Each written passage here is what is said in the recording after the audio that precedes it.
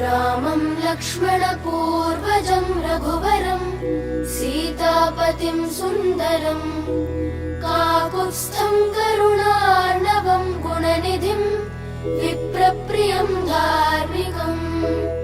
राजेन्द्रं सत्यसन्धं दशरथतनयं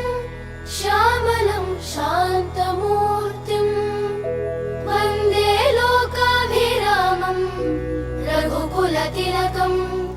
राघवं